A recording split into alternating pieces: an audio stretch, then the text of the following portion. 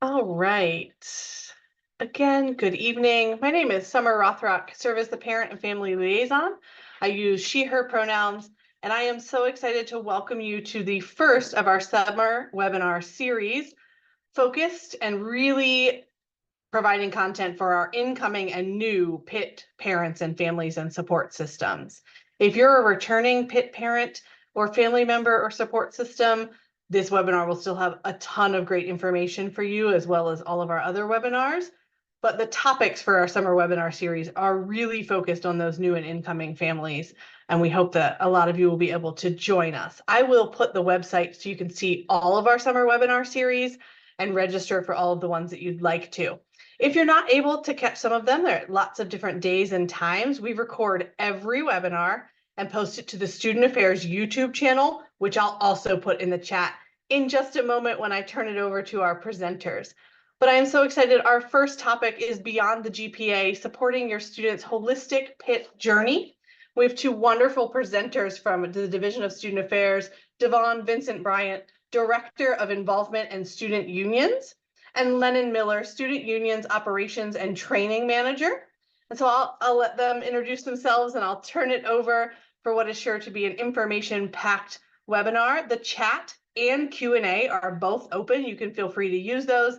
Lennon and I will respond to you, and I'm gonna put a few helpful things, hopefully helpful, in the chat in just a moment for you.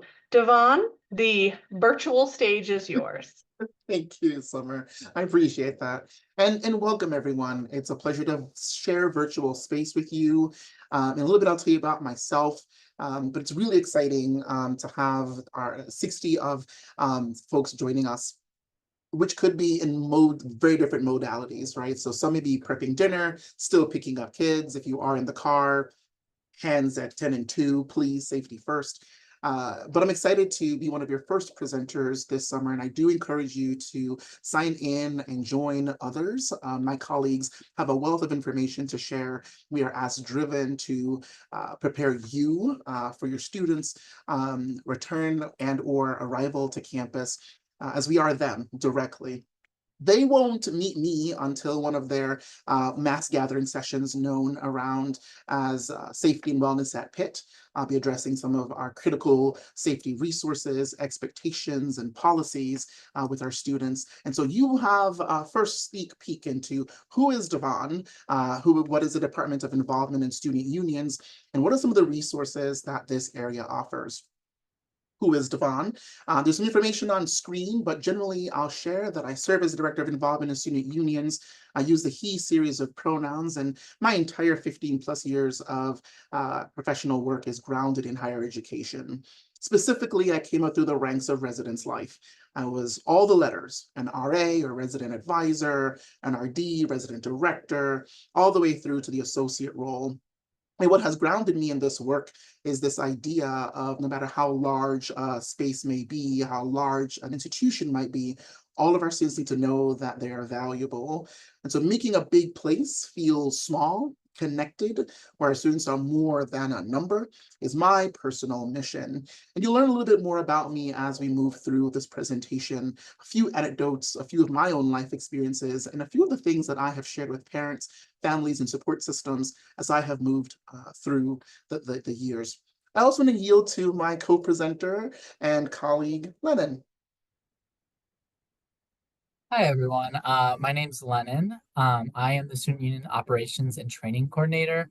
As it says, I am a recent graduate of Pitt, so I went here, I loved it, and I decided I want to stay a little bit longer.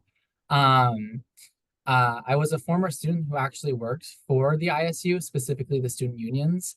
And then like I said, I loved it so much, I decided that I wanted to be employed here, and I have that opportunity, and I love it. But yeah, it's really wonderful to be here with everybody. And like Summer said, she's dropped our first nugget of information in the chat, and her and Lennon will be monitoring that space. I'm going to be live and direct, looking into the camera and talking to you, and I fully empower them to chime in, to pause. We also make this as interactive as possible, and so safety-wise, right, 10 and 2 if you're driving, so just listen along. We'll drop a few resources in the chat and a few polls just to get a sense of information as we right size in our time together today. I'm a member of a team. I'm going to talk about the composition of my office shortly. But when you think about the central office of the Involvement in Student Unions area, there are 4 humans that manifest in that space. Our Assistant Director of Special Events and Initiatives, Amber. If you think about some of our large scale programs that I'll be talking about in just a little bit, she is all about it. Whether it's I Love Pitt Day at the start or the midpoint of our year, to Histories and Horizons that celebrates our students' transition into alumni status. She really keeps a pulse on creating programs across our entire department that's there to support the student experience. Dylan serves as our manager of operations. His job is to ensure that all 7 of those units that I'll talk about are working smoothly and cohesively across our mission, right? And I'll speak about that again in a little bit. And then we are rolling out consistently new technologies, platforms, and systems to really connect our students both in person and virtually. Experience Pitt is one of our newest platforms. It's 1 year old, but it's a new space that your students will get to see during orientation. It begins with their schedule, their programs of events, and then really catapults them forward. It's designed to be an app and a platform that grows along with them. And our graduate assistant for programming technology will be one of the shepherds of that system this year. So I will open up to our first poll question, and so look out for that in a little bit from Lennon. But it's really curious, how far are students traveling for Welcome Week this year? Are you in state and or close by? Are you in the neighborhood? Do you live in Oakland? Are you traveling internationally? Really just curious to know how we right size. So I see information coming in. We'll give a few minutes for that.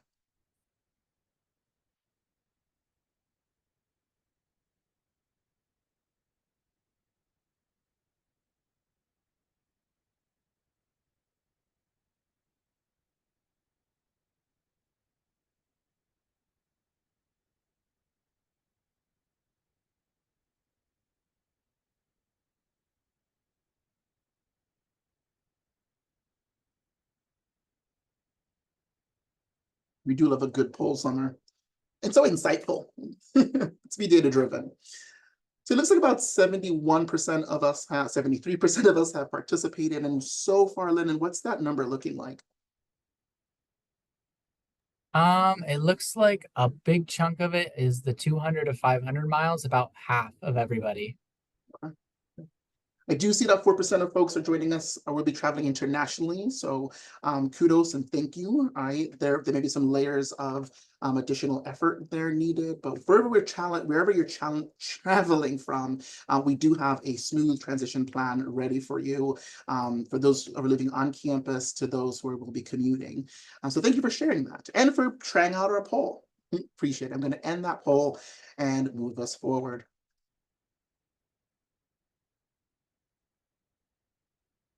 So again, a quick agenda. You've now met Lynn and myself and Summer. Introductions are complete. We're going to talk a little bit about student involvement and engagement because that's what my office does. It's our bread and butter.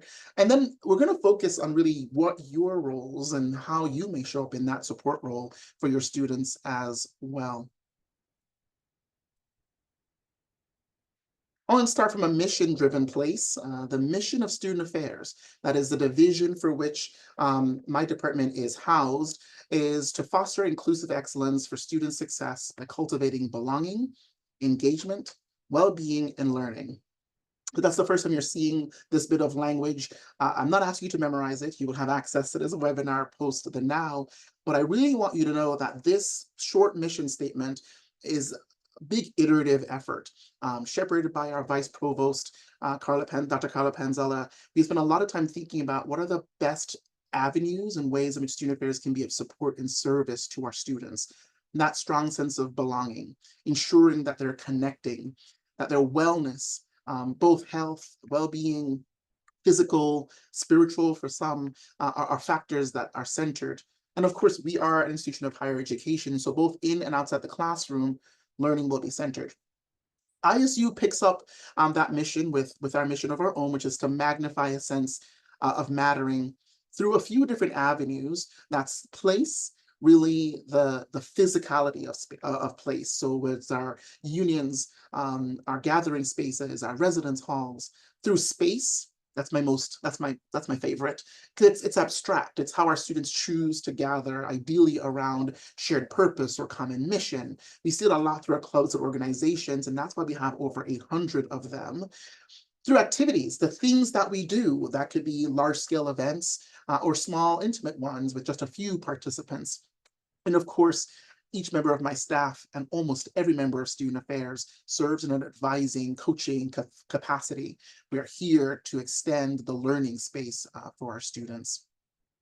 Like I shared earlier, our department is composed of 7 different units that do 7 different things. I already talked about our central office, and so our campus programming team is really focused on ensuring that there are different modalities for our students to connect. Those can be large-scale events, Fall Fest, Bigelow Bash. If we're shutting down a street, putting a stage on it and bringing an artist, it's probably being held by our campus programs team. But they also do small lectures, and through the avenue of our Pitt Program Council are constantly listening to what students are seeking such that they can provide programming for students by students. And I find that that keeps programming fresh and responsive and aligned with needs and interest. Our unit operations team manages the William Pitt Union. That's a gem right in across the way from the Cathedral of Learning. And our Hera Student Center, those 2 facilities really operate around the clock. There is always something to do at Pitt, and these 2 facilities host a number of these large and small scale events, along with meetings and opportunities for students to connect with staff. Our Pitt Arts program has a short but mighty mission, which is to remove barriers to the arts, whether that is bringing artists on campus, subsidizing costs of tickets, having partnerships with our museums, FIPS, our botanical gardens. We want to ensure that our students have the ability to explore the entire arts realm, which can sometimes be cost prohibitive. And so a lot of this area really focuses on access and ensuring that there is the opportunity to dive into the richness of culture that Pittsburgh and beyond has to offer. Our event production team often works hand in hand with our unit operations staff. They're there to ensure that programs and production by our students are possible no matter where they are. Yes, they have control and mastery over lasers and lights and sound, but really what they're trying to do is ensure that student programming is memorable, is well mixed, and is accessible to our students. Our leadership development office follows. They're going to be the ones that are shepherding programs like our Panther leadership retreats, opportunities for students to identify their individual ways of showing up in leadership, of celebrating and discovering that, to unpacking that, and to find that their place at Pitt puts them in the driver's seat. So how do we have discussions around identity, sense of self, civility? Having dialogue in difficult discord is critical. A leadership development area are experts in cultivating that dialogical space. And then I talked about our responsibility of providing advising and support to our 800 plus organizations through what we refer to as the Student Organization Resource Center, or the SOURCE for short. We have a vibrant culture of student activism, of activities, and of access here. Our students are completely empowered as independent organizations to create events and programs that celebrate any aspect or across those aspects of being. The process of starting a club is as easy as identifying a group of like-minded folks who share an interest, making a formal proposal, and seeking recognition from our student government board. We're excited to see our students engage with the ability to join and perhaps lead or even start clubs. And if that's something your students is interested in, we invite you to join us right on the 8th floor of the Union during Welcome Week.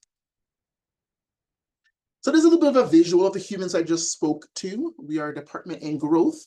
And so you'll see that we are still hiring staff, moving even through this summer.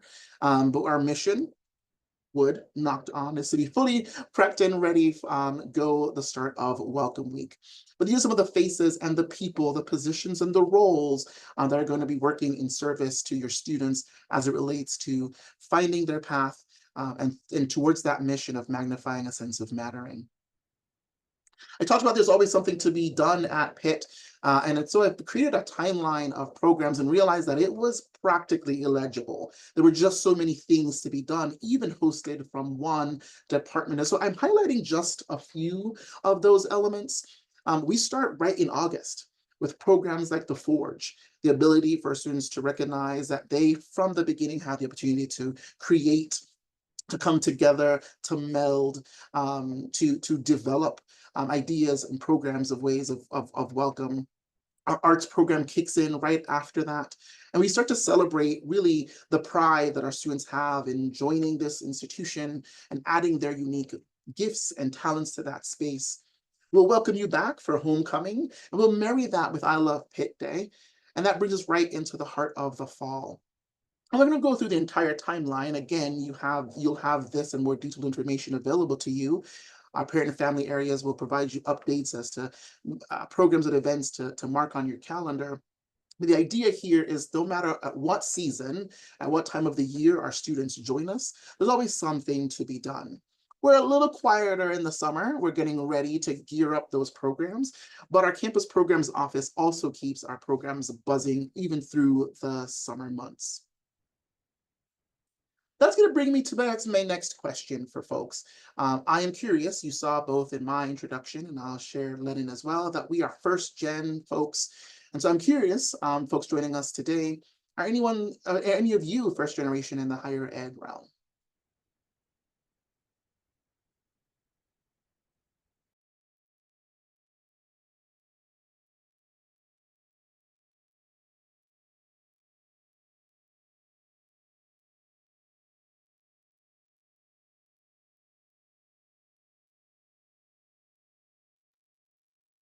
Our response time just got even more amazing. I'm seeing that most folks are not. But I asked this question both for my own edification to share a little bit about how Lennon and I show up as presenters and as staff members, but to also make a very clear and specific point. Folks who are coming from families and support systems that are not first gen have the ability to have some context as to the space that they're entering. It could be a different type of institution, but there's resources and information, context, and stories that may help them along their path. We assume that no student has that. We don't assume that they have deep history, that they are legacy, that they're connected, that they're already informed or comfortable. We see it as part of our jobs as to create a foundation where any student, regardless of their experience or their family's experience, have a stable platform to which to stand and grow from. Thank you for sharing how you show up in the first gen conversation. Let's talk a little bit about what it means to promote student involvement.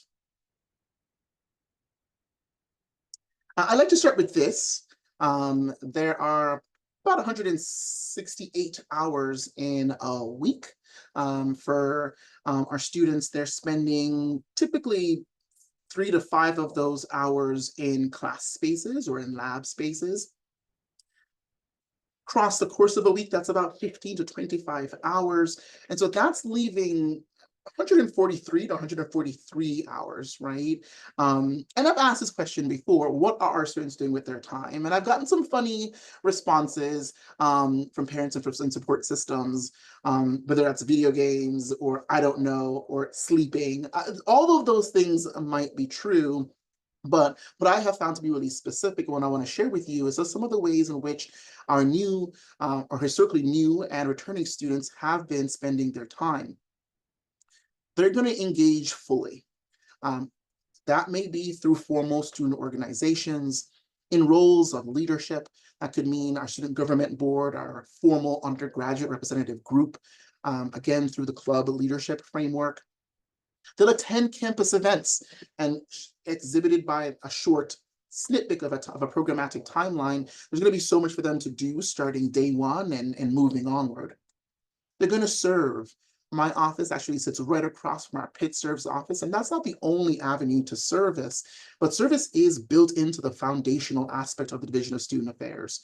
We think about ourselves as contributors to community, and we appreciate our students that see themselves as both participants, contributors, and motivators in terms of building bridges. You want to do that responsibly and safely. And so all of our programs have an onboarding and educational framework to that. Whether that's through our clubs and organizations, again, specifically through our intramural and club sports programs. It's an active, vibrant program that kicks off in the fall. And I think just in a few months, the schedule for reservation of fields will go active and online. Arts and culture. I spoke a little bit about our Pitt Arts area, but our students are incredibly imaginative. We are an institution that are well known for our science programs, but I have found and have a great deal of respect for our students who engage in cultural aspects. And that can mean the arts as we understand it, music, food. Pittsburgh is such a profound melting pot of small communities that hold dear to in unique identities. And as they live on campus or venture out through the bus system, Uber, etc., they'll see that. And our hope is that you're preparing them for a world that will begin to really open up and expand before them. Access points will become far more visible and saleable. Through academic and professional organizations, yes, our counterparts on the academic side lead this initiative, but we are an entire framework, both on the co-curricular and in classroom spaces. And so we're going to make recommendations as to scholarships and programs, research opportunities that could be of interest to our students, and helping them walk through what it means to submit that first proposal, write that first grant, submit that first poster. Peer and tutoring programs, whether it's in participating, seeking just that little leg up, that affirmation, that support, that confirmation space, or by themselves sharing their gifts and knowledge by serving as a peer mentor or tutor. That could be in the academic realm, but we also have a great deal of programs, starting with our new student ambassadors, students that your students will see upon arrival, who are maybe a few years older, maybe a little bit more experienced, but are peer-to-peer drivers. And we invite your students to think about how they might leverage their experiences for the support and benefit of others. They immediately become leaders on this campus, and we want to know that that's available to them day one. And of course, through research work in our multiple labs, University of Pittsburgh is known for being pioneers in the realm of in our medical areas. And so we do enjoy seeing our students both in the classroom, in co-curricular spaces, but also in our medical and lab spaces as well.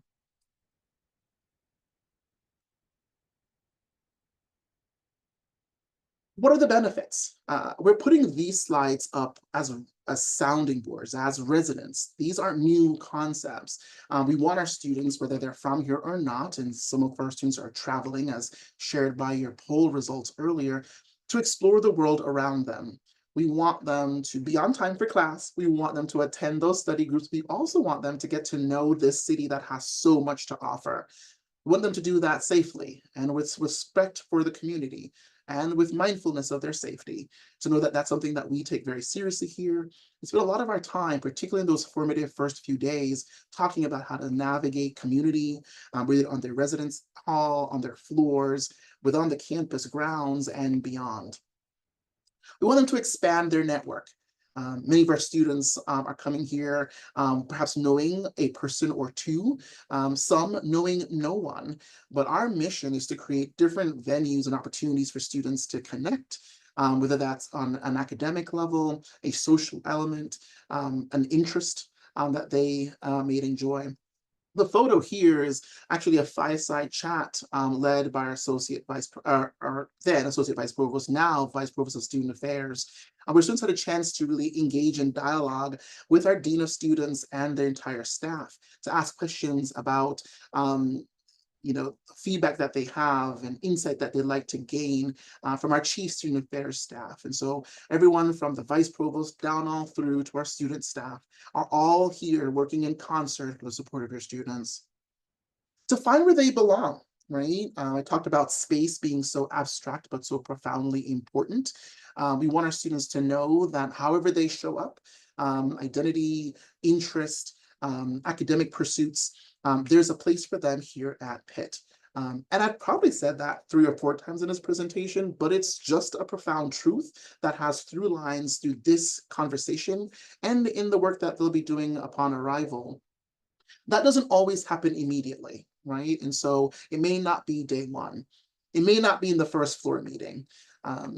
But we are confident that as your student chooses to engage, and with your support and invitation, they'll find their footing. Oftentimes, that's through meeting new friends, through our social events, through club events and organizational work, through the programs that are put on. We want our students to either dive deeper or to maybe discover new interests and passions. I've never I didn't know much about archery until I attended an archery course, really just as an observer, as an advisor, and learned so much about bow work and distance and tension. The ability to audit our clubs as students can audit classes is just something that I encourage all of us to encourage our students to explore. And again, I talked about service, but this idea of reciprocity, to give back to a community and a space in an area that will pour so much into your students' experience here.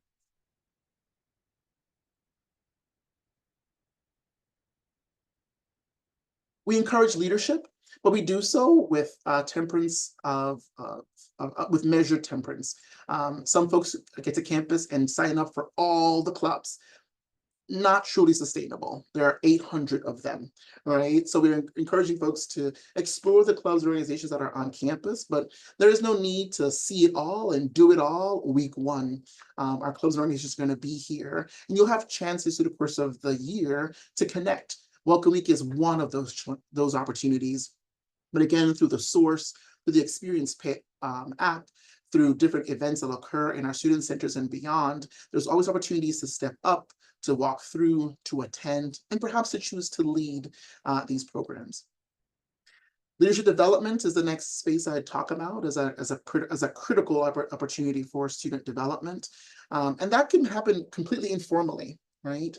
That starts when our students, should they choose to live on campus, work through their roommate agreements, to think about what it means to share and co-broker space, perhaps for the first time, to think about what that looks like in terms of community standards, to be onboarded into our rights and responsibility expectations, and to have exposure to what we call the Pitt Promise. There are also more formal experiences that can be through conferences, through webinars, through TED Talk style presentations. Leadership opportunities are abound and as unique as the populations on our campus. And of course, a lot of that is grounded on networking and the process of practicing networking to enter new space, perhaps knowing folks or not, but to navigate that ideally with evolving ease, to learn, to hear from, to share, and to expand one's social or professional network.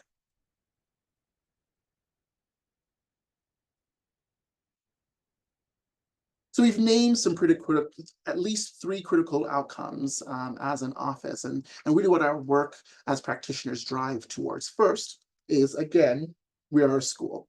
And so we want our students to be academically successful. In fact, many of the ways in which we talk about student involvement do not absolve our students from being academically persistent. I oversee our student unions here, and we maintain a minimum GPA to work in our offices, right? And when if a student is unable to maintain that, we're going to have a counseling conversation. We want to ensure that involvement is important, but academic success, academic progression, and moving through these 4, 5, or 6 years is something that's critical to their focus. Professional development. I've named a few of the ways we do that: through organizations, formal or informal, through webinars, programs, and some of the offices located in our student unions. We want to ensure that our students know that they're on an academic progression, ideally, so they can find the vocation or the work that they'd like to explore beyond their time or during their time at Pitt. Which of course brings us to career readiness. And I leave that, I magnify the work of my colleagues on the second floor of the William Pitt Union, our career center. They're consistently thinking about how they're making career readiness something that's at the discussion center point from the beginning of our students' time on campus. It may be writing a resume for the very first time. It may be practicing an interview. It may be listening attentively, or does it mean to develop an elevator pitch? learning more about how our students see the world of work, not as a future space, but as something iterative that they're building towards from day one, is built into the fabric of our educational framework. Social integration, we do want our folks to know that they are in community with others, and that brings a lot of fun and joy, but also paralleled with responsibility and reverence for community. And the health and well-being of our students. And I mean beyond the physical health, our student health services does an amazing job. Our counseling center are top-notch and highly ranked, but the overall spectrum of well-being and Thrive at Pitt. If you haven't seen that website, is something that I would point you to that speaks about some of the 8 dimensions of wellness, and recognize that as we build our programs, as we think about the student experience and progression, we're thinking about those dimensions of wellness, ensuring that they are coming through, are developing with, and are being consistently mindful of their needs across a pretty diverse spectrum.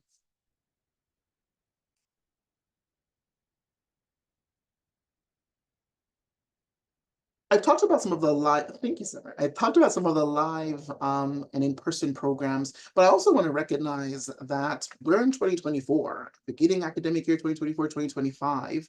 Many of these programs and events are also accessible in virtual and digital contexts, right? It may be how you want to audit a program, or to Zoom into a club meeting just to get a flavor of what that looks like.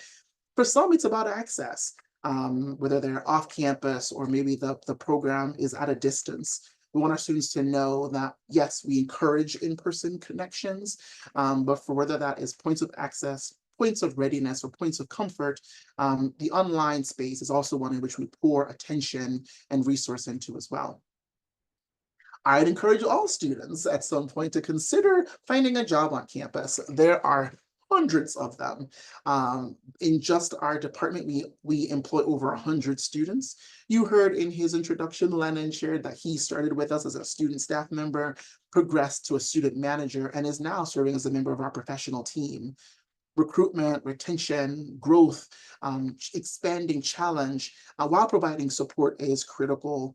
And there's no such, I can't think of another more hands-on way to do that than to practice that in the context of work. Some positions may be to staff a desk and ensure access. Some may be more active and engaging with campus resources. You may choose to become a tour guide and really have a chance to share your experiences with others, or your students may have that chance to share their experiences with others. Either way, there are so many ways to get involved actively.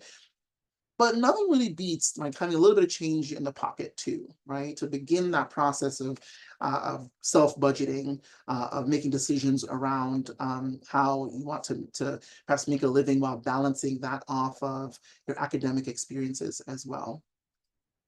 Yeah, I can vouch as a student worker.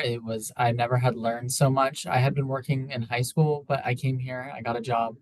I learned so much about myself. I learned how to grow. I also made a lot of friends here. I was the COVID year, so I didn't quite get the whole freshman experience where you meet people, but I started working at the student unions here.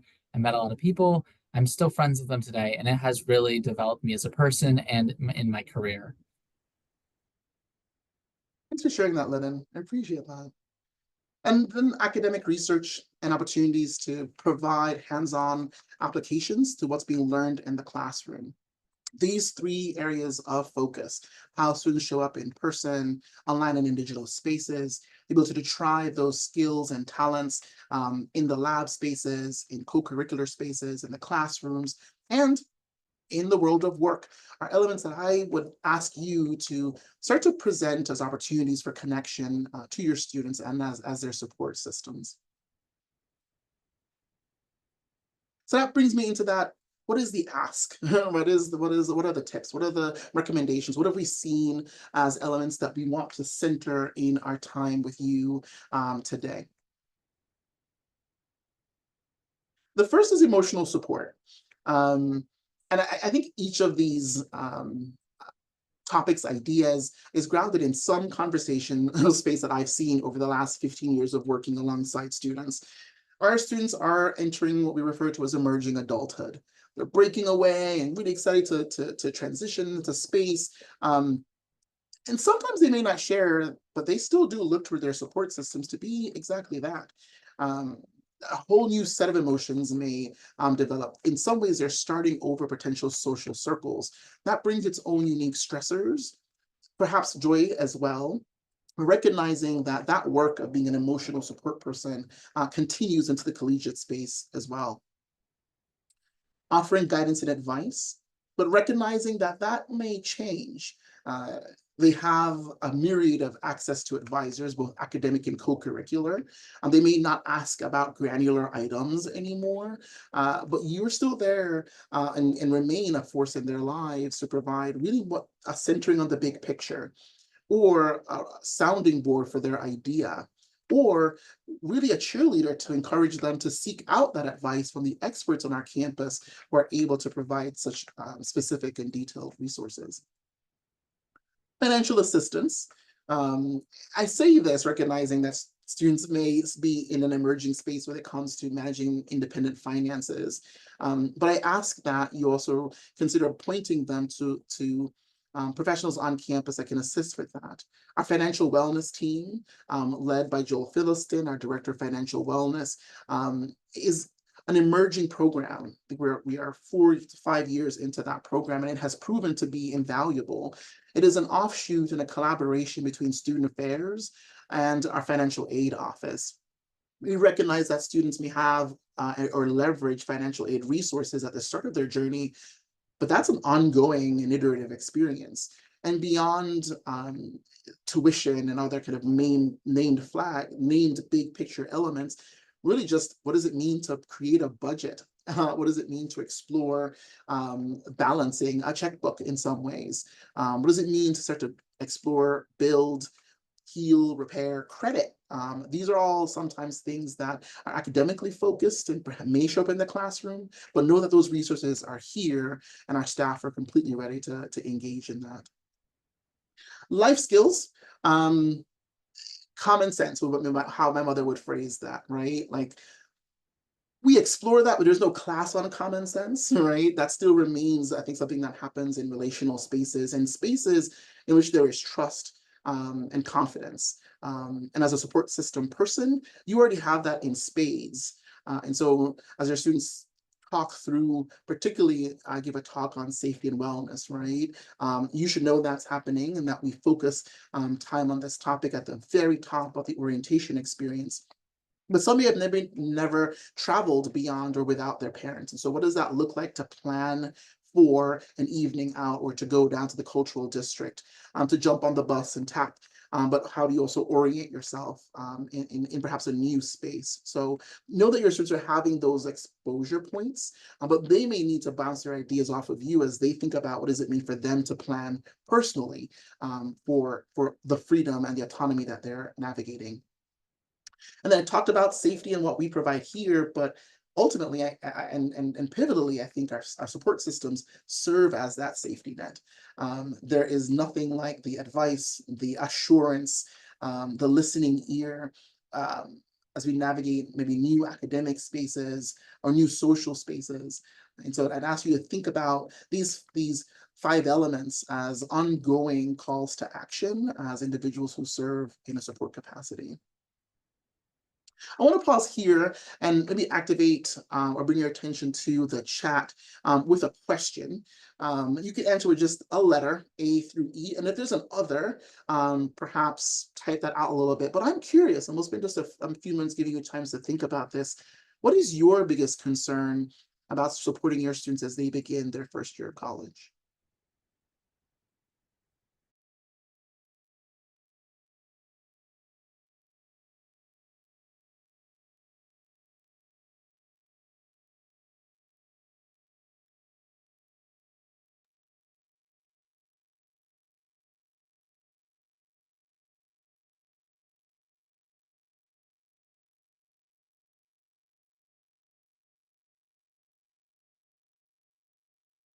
These are some of our most common reflected points.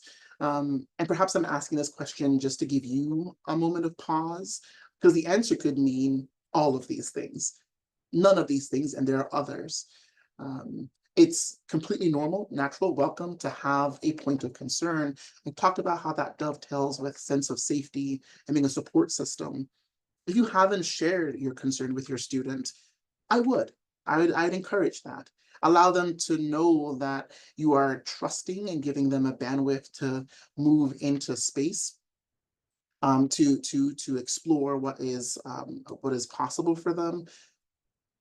But you may have areas that you are particularly observed and want to be made sure that they're well resourced around. So think on this through this webinar space, and as appropriate, engage your student in some of your concerns and inviting theirs as well. There may be crossover, there may be questions that get answers for each other, and it may be the inroads of inviting us to learn more about what those concerns might be so that we can help in that work as well.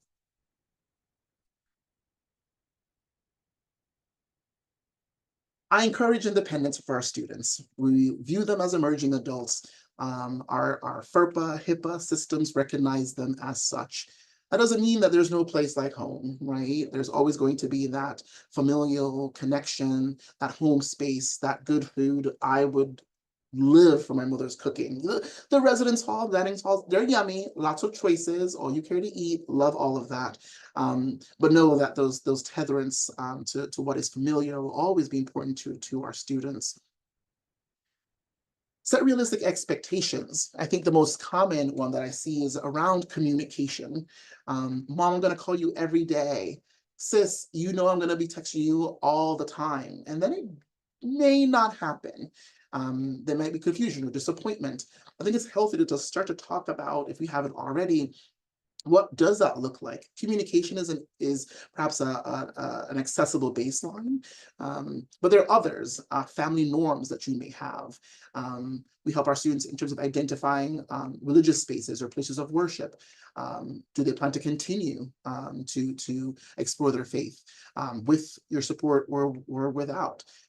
Really just talking about what does that look like to come into their fullness with a high degree of independence, but knowing that the expectations still exist and you should have a sense of what that looks like, recognizing that that's evolving, that may change over time.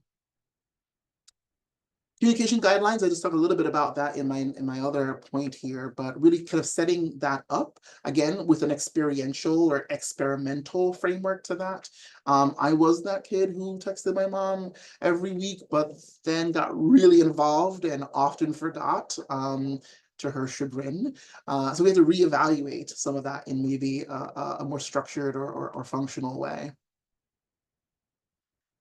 Our students here are incredibly academically driven. Your student may be incredibly academically driven. We want them to be incredibly academically driven. We also want to know that this is a marketplace of ideas. We want them to know that the grades are important. They drive certain mechanisms. What we really want them to do is to explore an incredibly diverse bandwidth of learning.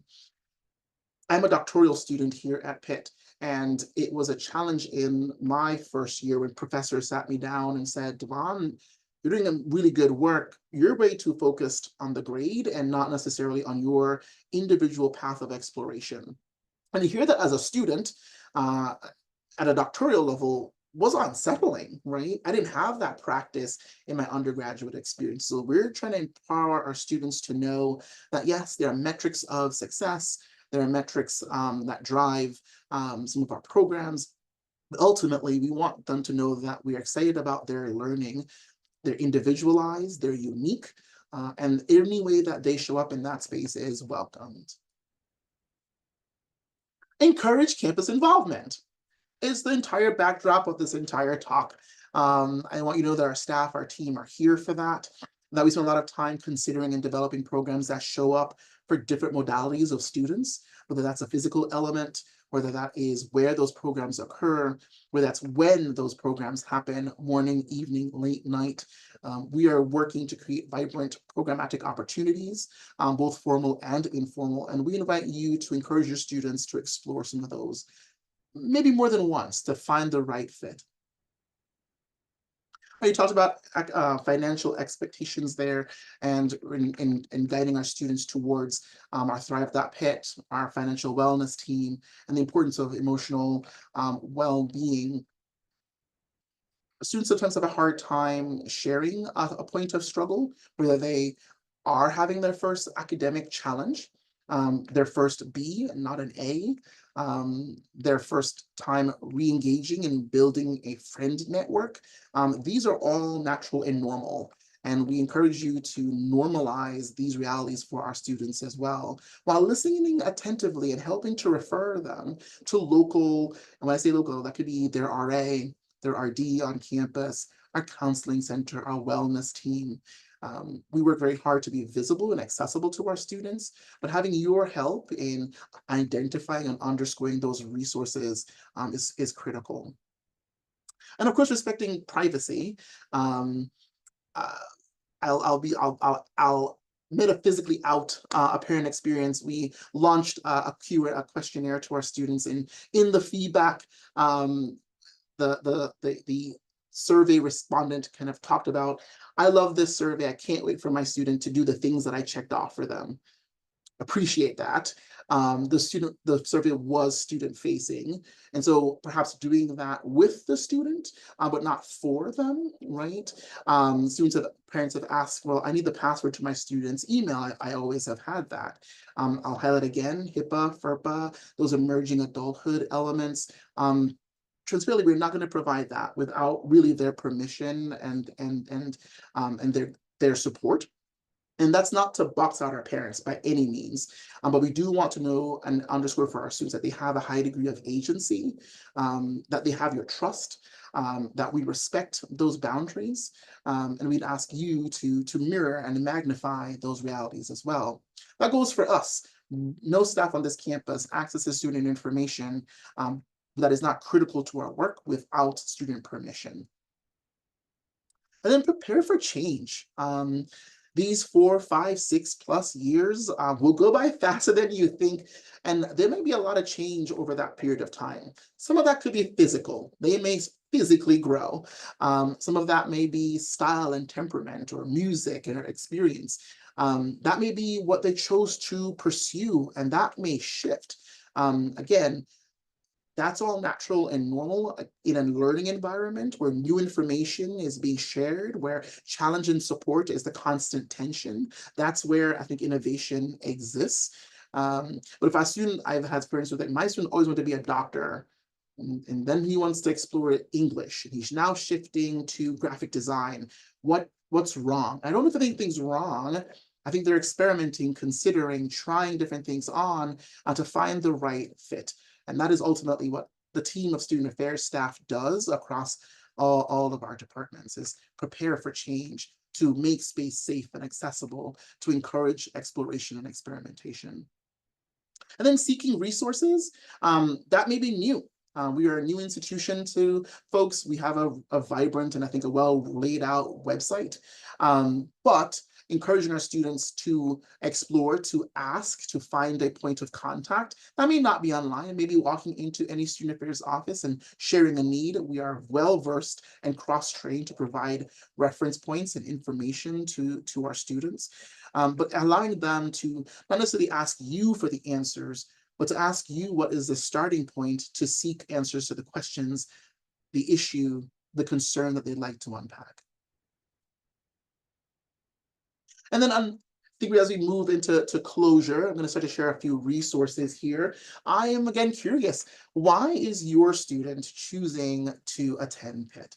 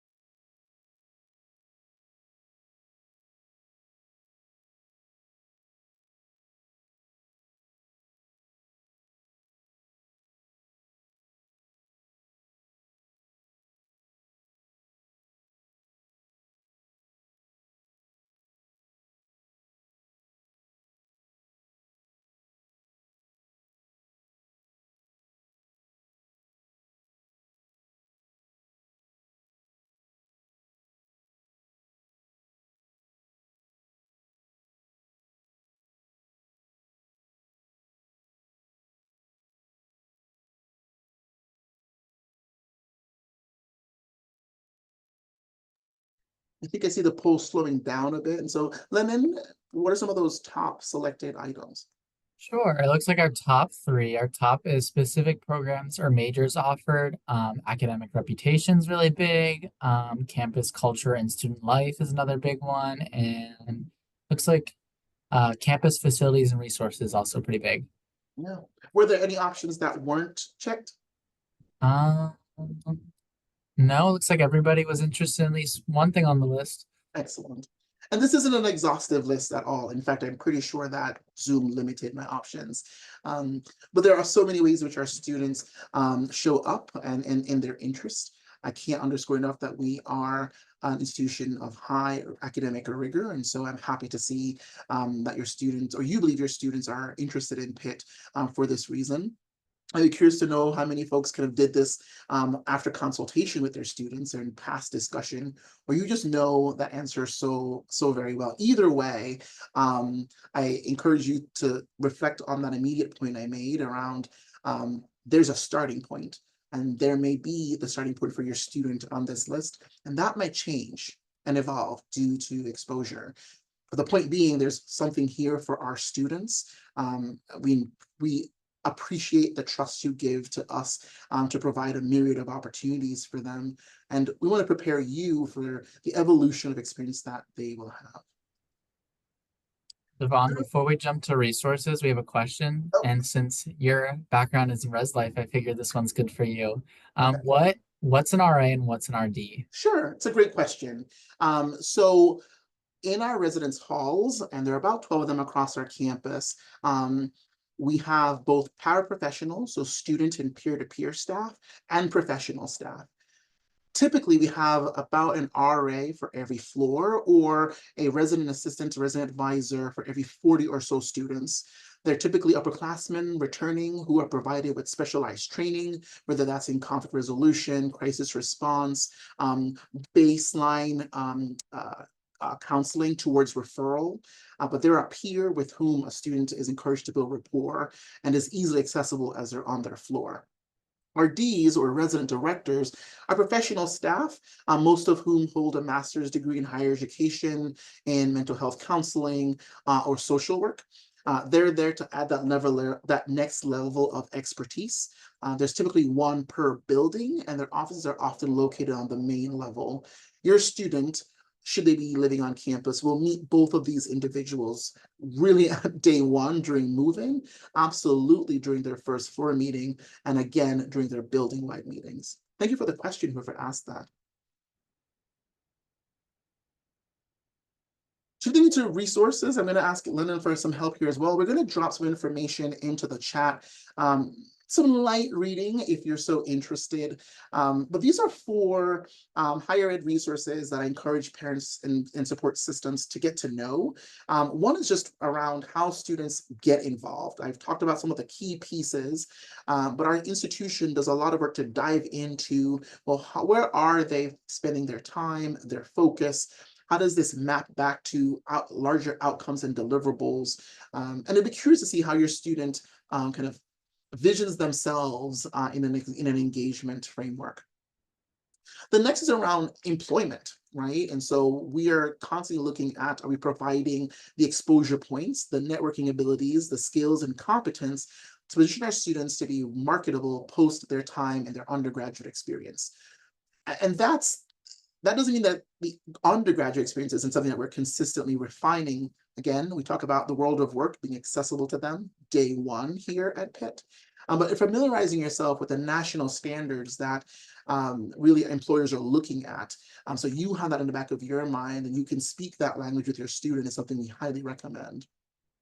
ACPA is one of many higher ed organizations. It's focused on what the professionals in this field are trained to do. So that question about an RA versus an RD, it'll speak to that. It'll talk about the resources. And again, first gen or not, our field is constantly evolving. And so staying up to date in terms of what those resources, staffing, and opportunities look like can only be helpful to you. And then personally, the Journal of American Health, and particularly in the collegiate setting, has always been something I glance at, right? We're in an evolving world. We have come out the other side of a pandemic, but it's changed the way we engage, interact, social modalities, how we share space are also things that some may be comfortable with or not. But learning about really what the advancements in the field of health look like, what are the concerns on the collegiate campuses, so you can talk about that specifically with your student, is I think a critical element of care.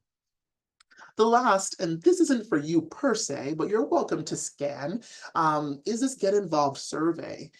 We will start to share this with your students' orientation and beyond. It's in essence an inventory. What are those things that they like to do? How they to spend their time? How much time do they have? Right? It's asked us to think through those elements. And at the end of that survey and intake reflection, it asks them if they'd like to be connected with a student involvement specialist. Crisis of choice exists. Basically, it says if you have more than 7 options, you might get a little frozen. When we think about our clubs, we have 800 of them. And so being able to take something like an inventory to really think through what you want your starting point to be, and then allow and invite a professional or paraprofessional staff member to round out those edges, make those introductions, provide guidance is something that we found a lot of success in, particularly with our involvement specialists. Scan that code, maybe send it to them in a text, or give them a heads up that they'll see it again upon arrival, is my last ask. And with that, I'd like to thank you for your time.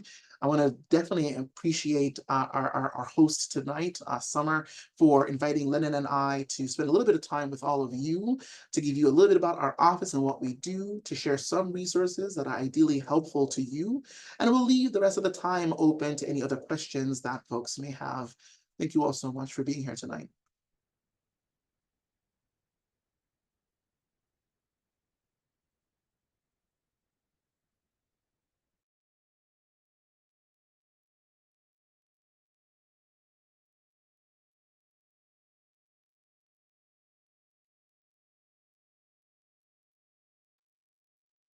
Yvonne and Lennon, thank you so much. You're getting some fan mail in the Q&A.